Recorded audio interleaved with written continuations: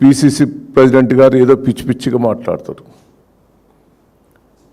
ఉత్తమ్ కుమార్ రెడ్డి గారు ఏదో పిచ్చి పిచ్చిగా మాట్లాడతారు, పొంగిలేటి గారు ఏదో పిచ్చి పిచ్చిగా మాట్లాడుతున్నారు.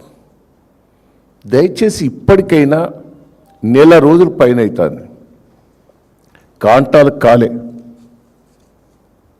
బస్తాలు లేవు, కింటాకు 100 రూపాయలు ట్రాన్స్పోర్ట్కి వసూలు చేస్తాను, గోదాం లేవు, కాంటా అయినవి కూడా 1 మంత్ అవుతుంది. అన్ని రైతులే కాపులా ఉంటారు. అప్పుడు కాంటా అయితే రైతులు వదిలిపెట్టిపోవాలి. కాంటా అయిన తర్వాత కూడా గోదాంలో పెట్టే వరకు కూడా రైతులకే ఒప్పచెప్పావు. నెల రోజుల నుంచి ఉంటాను. అంటే ఇంత ఘోరమైన పరిస్థితి ఉంటే ఆ పిసిసి ప్రెసిడెంట్ ఏం ఇవాళ నిన్న ఉత్తమ్ మాట్లాడతాడు,